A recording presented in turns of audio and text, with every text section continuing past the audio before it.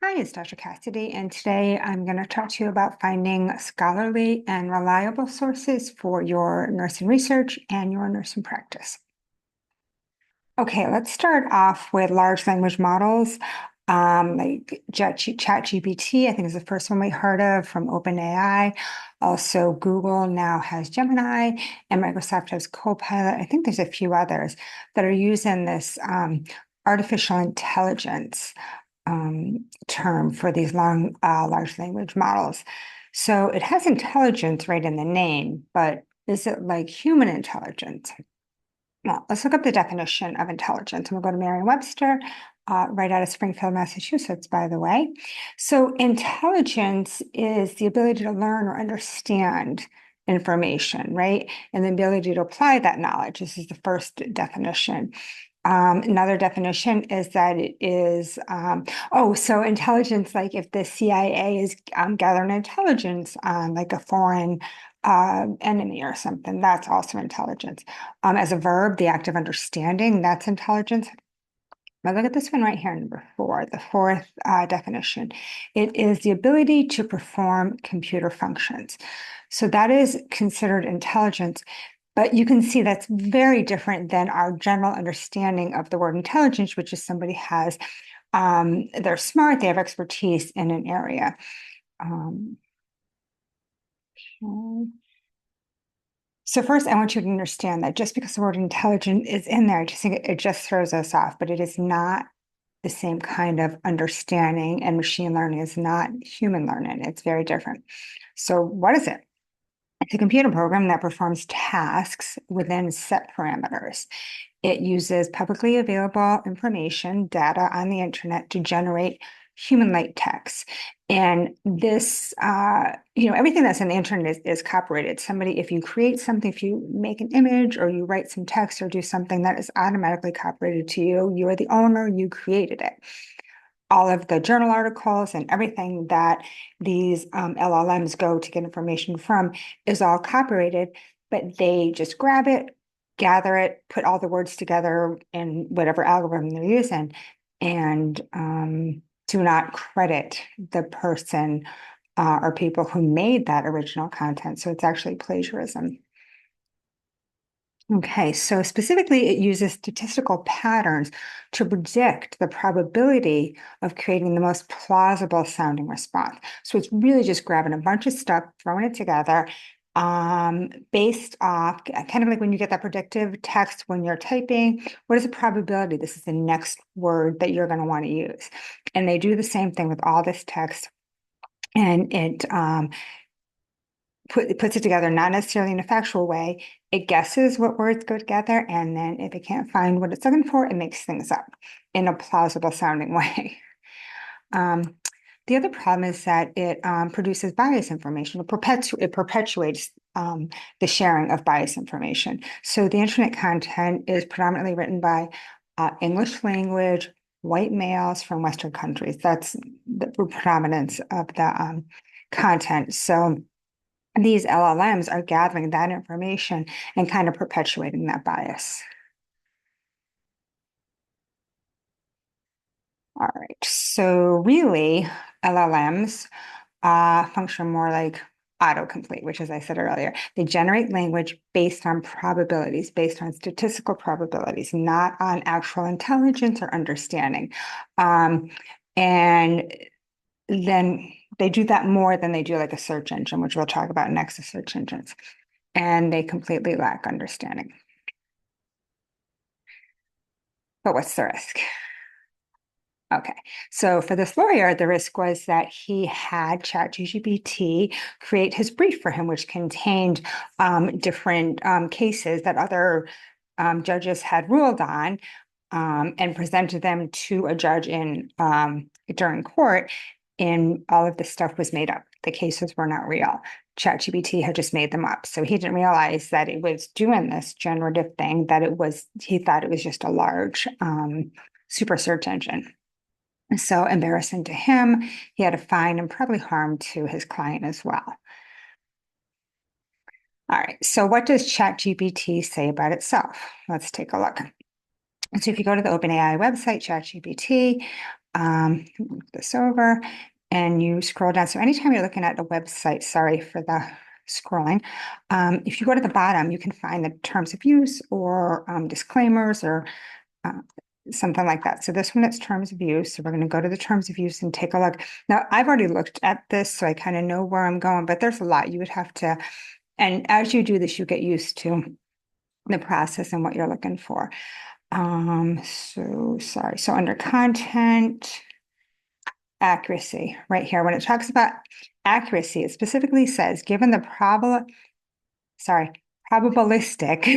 that it's using probabilities, statistic probabilities, nature of machine learning, use of our service may in some situations result in output, which is the data that it's giving you, the text that it's giving you, that does not accurately reflect real people, places, or facts. So it's a really smooth way of saying that it makes things up. Okay.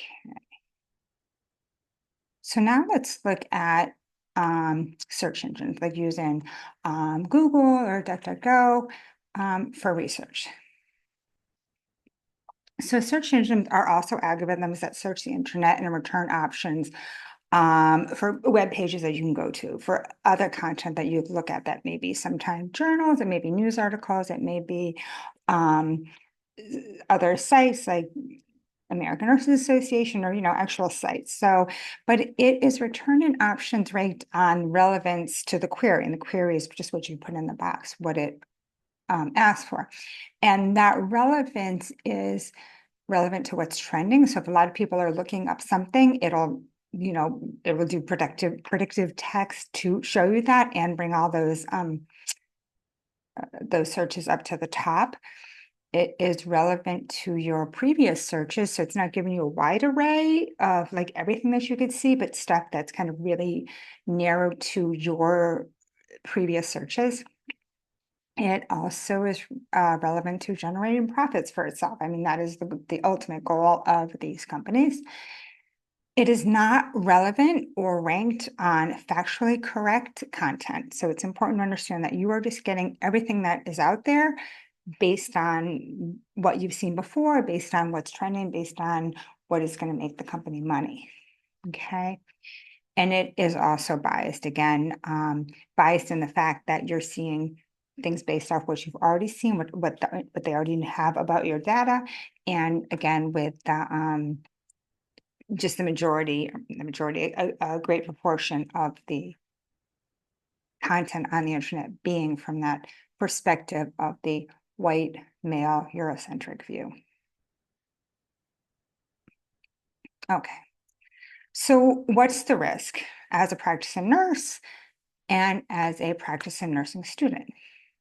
What is the risk of using an LLM, a large language model, artificial intelligence, or of using a search engine, Google, DuckDuckGo, to get information about care for your patient or about diseases and treating your patient? Well, any path that you can follow that can get you to death of your patient, and definitely this one can, you should not take that path. So there is risk of harm to your patient. So just a scenario, imagine that you were looking up, you wanted to educate your patient, they're being discharged, they were in the hospital for heart failure, exasperation, and you wanted to educate them on how to manage their disease at home. You do a search and you find something that says patients should call their doctor if they gain 5 pounds or more in a day. So you're like, oh, 5 pounds, that sounds familiar to me. I'm going to go educate my patient on this. You educate the patient, they go home. The next day they gain 2 pounds. It's not 5. Next day they gain 3 pounds and then another 2. So they haven't gained 5 pounds. So they're not calling their doctor.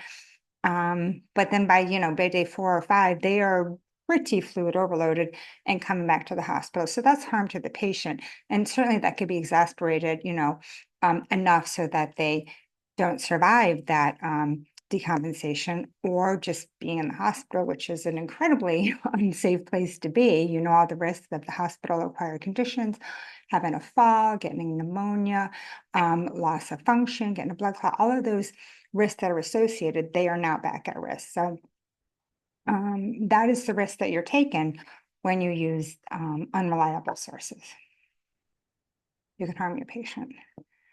The other risk is that you could be in disciplinary or legal trouble for using these. So if something happens with the patient and say your risk management department where you work, or something really bad happens and now you're talking to a lawyer, if your answer is that you searched information on Google or you used AI, then you are showing yourself to be not a reliable source, not a trustworthy source. So please don't do that. Please make sure that you are really using safety so that you're only giving accurate information to your patients in what you're teaching them and in the care that you're providing for them.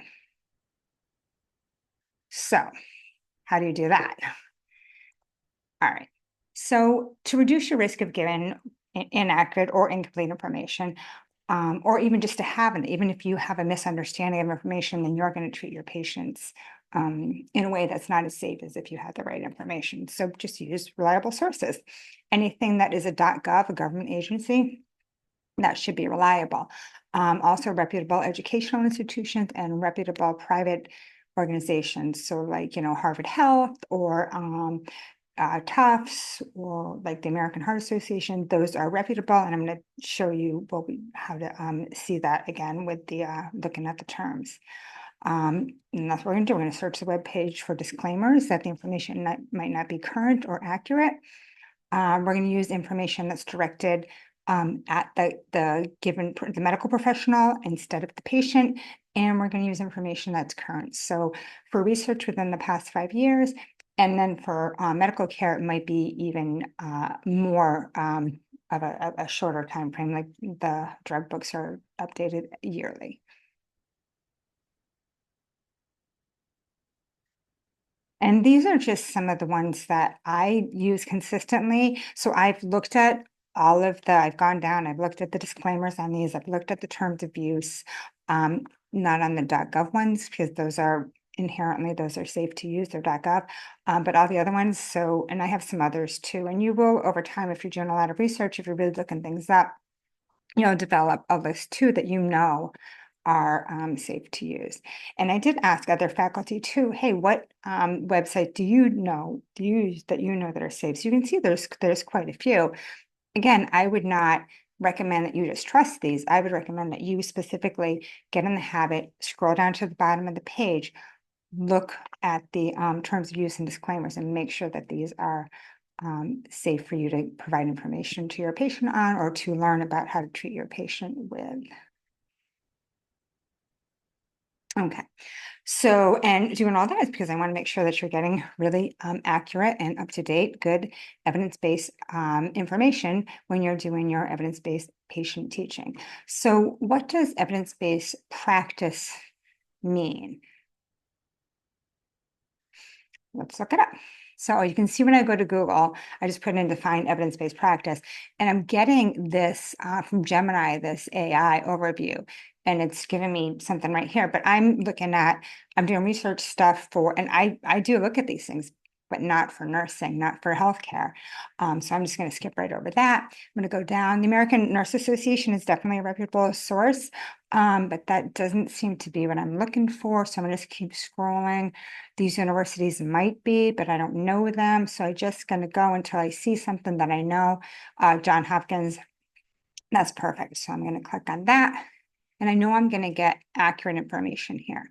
So, and it tells you right here that it is the best available research. So when we know that that's, recent up-to-date research, along with clinical experience and patient preference. So it's all three of those things together are what make evidence-based practice. So I'm using the best evidence that I have to treat my patient. I'm also using my expertise, my experience, that you will gain experience over the years and you'll find out things that work better in certain instances in your practice. And then also, of course, the patient preference. All three of those things go together into evidence-based practice. And if I scroll down to the bottom of the screen here and go to, let's see, if we look at the terms and conditions of use, So it says you cannot use this for medical emergency, intellectual property that they own, everything that's on here. No medical advice, disclaimer, no warranty. So they're saying that they're not intended to offer medical advice from Johns Hopkins. You really have to go talk with your provider about that. But it does, and this is all their legalese about this. I did already read all this. There's nothing in there that says that this information might be inaccurate or that you can't trust it. So it doesn't have anything in there. I know it's safe to use. Okay, so evidence-based, as I said, it is current research information, your own clinical experience, and the patient preference. That's what makes the evidence-based practice. All right. And so for your project, all of the directions, resources, and grade and rubrics are in Canvas week 11. This is the week that you'll be presenting you'll be handing in the thing that you create to teach your patients, I'm sorry, like the brochure, and you will be doing a simulation, teaching this using evidence-based practice, using TeachBack. Hold on, while these open. Here we go, week 11. So here are the instructions, and they are open to students already. Here are the instructions and the rubric. Okay, so make sure when you're doing this that you read the required information, because this is all the information that is expected to be in your, I mean, whatever form you're going to do. I mean, this is supposed to be something that you're teaching like at a bedside or at a office visit. So it feels like a big poster might not work, but you are able to use whatever you want. I recommend a brochure. Whatever you use, make sure that you have all of these areas included in that. There's an example here of a brochure that a student made. Was it last year or the year before? And she just has all the different slides there.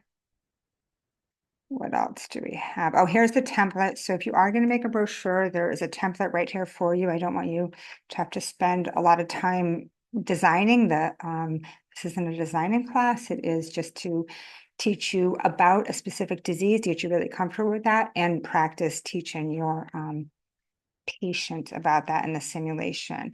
And I have even in here like just different suggested sections to put in each part of the brochure. You certainly do not have to follow that. How to change the background and how to print. The presentation, you'll be using the TeachBack, and there's a couple of videos that are on Canvas, and you should watch both of those. They're really short videos, but you want to be using the TeachBack consistently throughout while you're teaching your simulated patient. And there is, when you hand it in, you will be handing in your brochure or other document that you create, and along with this reference page. So this is already set up in APA format. It's got the 1/8 margin, double spaced, and the hanging paragraph. And here are a couple of websites that can help you with figuring out how to create a reference in APA style. And here's the rubric, and it gives you really specific, like if you include all of the required information and you give a really good oral presentation, teach back, and your APA is pretty okay, then you'll get the maximum amount of points.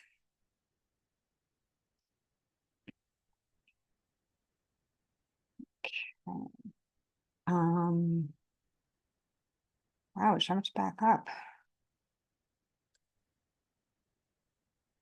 Sorry about all this scrolling, my goodness. Okay, here we go. So that's that. Here are the videos.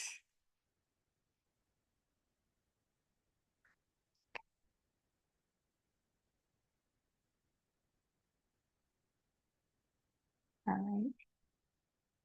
And I just wanted to go over quickly, show you how to find stuff on the Hilliard Community College library site. So if you just go to the main HCC page and go to students, and then click on this library icon. And then you're just going to scroll down and click on databases here and go down to nursing. And then you're going to click on databases again, and you're going to get CINAHL, which is the Cumulative Index of Nursing and Allied Health Literature, is a good one. Medline is another good one to use. If you're doing a psychiatric one, PsycInfo, you probably find some good information there. Medline Plus and PubMed Central. Those are really great places to find journal articles on your topic. And I'm just going to go in and show you, well, to log in, what it looks like. So all of those different areas use the this EBSCOhost. So all you do is you would just put in I probably want to do the heart failure management and maybe like patient teaching, maybe education. There we go. And then you just search. And it's going to give you quite a few articles. This one has 89. I want to limit that further. I want to make sure I'm in my date range. So I'm going to change this to 2019.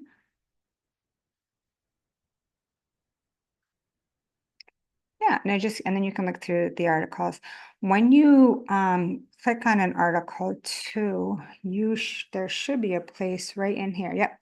If you click on this button here, cite, if you say, oh, this is the article I want to use, I just click on cite, and then I have the APA format right here, the APA 7th edition.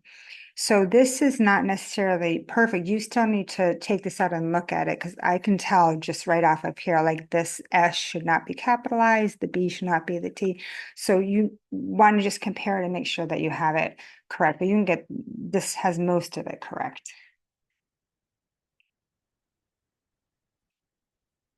Okay, so that is the website.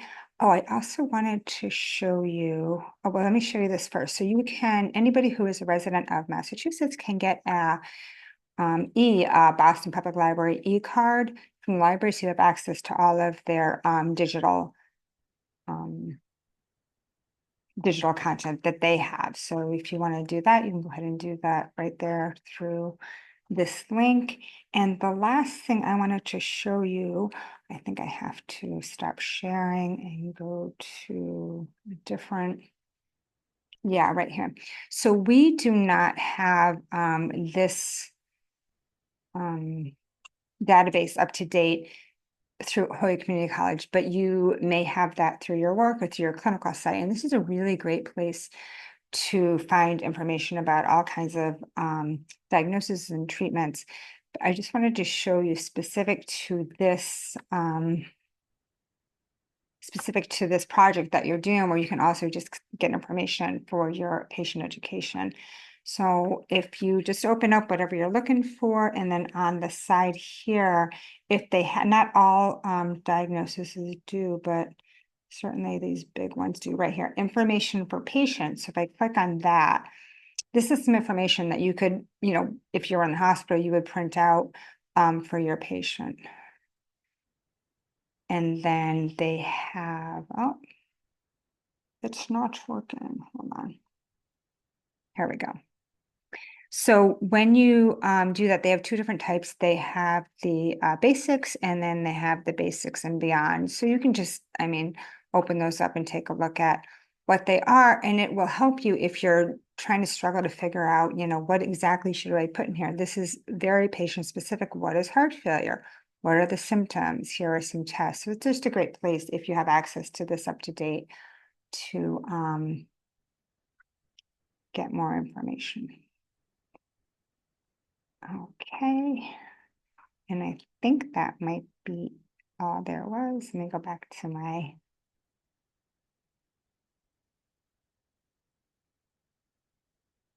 Yep, that was it. All right. Well, thank you so much for joining me. And if you have any questions, definitely you can book an appointment, send me an email, or grab me after class. All right, take care.